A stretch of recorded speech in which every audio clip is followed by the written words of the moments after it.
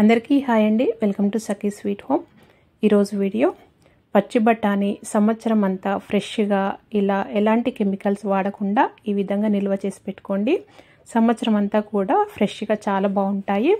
ఇక్కడ నేను ఒక 2 కిలోల పచ్చి బఠానీ ఇవి తీసుకున్నానండి. ఈ కాయలు తీసుకొని ఇలా లోపల విత్తనాలు తీసేసుకోవాలి. ఈ లోపల గింజలు అనేటివి ఇలా మంచిగా అయినవి గట్టిగా ఉన్నాయి, పెద్ద సైజులో ఉండేటట్టు చూసుకోండి. అలాగైతేనే మంచిగా నిల్వ ఉంటాయి. ఈ కాయలు కూడా లోపల విత్తనాలు కొద్దిగా సన్నగా ఇలా చిన్నగా కానట్టుగా మొత్తం గింజలు కానట్టుగా ఉన్నాయి, తీసి పక్కన పెట్టండి. ఇవి గింజలు తీసుకునేటప్పుడు ఇలా మొత్తం అయినవి పెద్ద సైజులో ఉన్నాయి మాత్రమే తీసి పక్కన పెట్టుకోవాలి.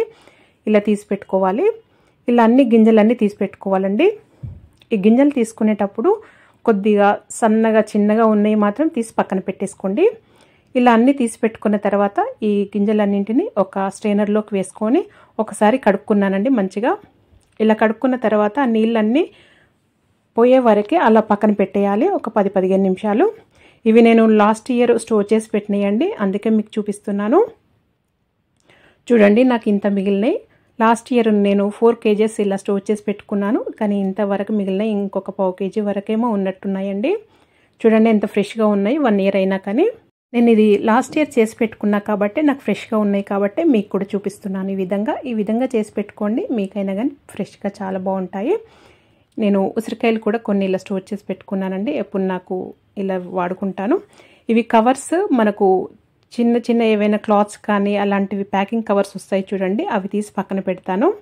ఇవి ఇప్పుడు వాటర్ ఎంత పోయినాయండి ఈ కవర్లో వేసి పెట్టుకోవాలి. ఈ బఠానీని ఏమీ ఉడికించడం అలాంటివి ఏమీ అవసరం లేదండి. డైరెక్ట్ నీళ్లు పోయిన తర్వాత ఈ కవర్లో వేసి స్టోర్ చేసి పెట్టేసుకోవటమే. మీ దగ్గర ఇలాంటి కవర్స్ లేవు అనుకుంటే మామూలుగా జిప్లాక్ కవర్స్లో అయినా వేసుకోవచ్చు.